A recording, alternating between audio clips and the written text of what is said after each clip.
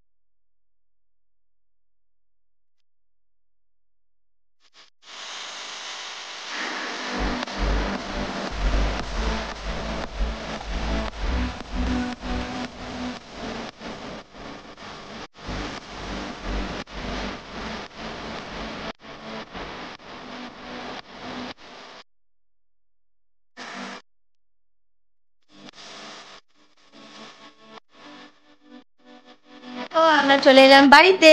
আর আজকে new market গেছিলাম তো তোমরা দেখলে সেটা। আর এই দেখো এই ট্রাইপডটা কিনে এনেছি, এটা ডিজিটেকের ট্রাইপড। মানে রীতিমতো দোকান খুলিয়ে কাকুটাকে বলে ট্রাইপড আর ক্যামেরা কিনে এনেছি। এই দেখো Canon M50 for my blogging purpose. এটা খোলা যাবে অবশ্য। এই দেখো, তো আমি সৌরভকে জাস্ট একবার বলেছিলাম যে আমাকে একটা ক্যামেরা কিনে দিও, ও যে আমাকে আজকে সত্যি সত্যি কিনে দেবে।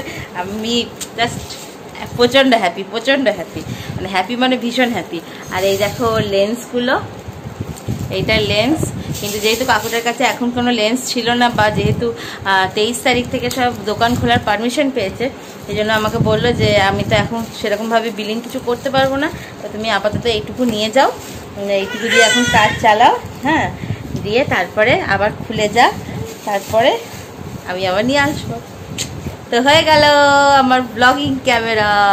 তো আমি G7X Power 2টাও দেখেছিলাম, তো ওটা আমার অতটা ভালো লাগলো না। সৌরভ প্রথম থেকেই বলেছিল M50টা কিনে দেবে, তো M50টা কিনে দিয়েছে, ব্যাগ দিয়েছে, ট্রাইপডেরও ব্যাগ দিয়েছে। তো কেমন হয়েছে আমাকে কিন্তু নিচে অবশ্যই কমেন্ট করে জানাবে। আশা করি এরপর থেকে ভিডিওগুলো একদম জাস্ট ক্লিন হবে।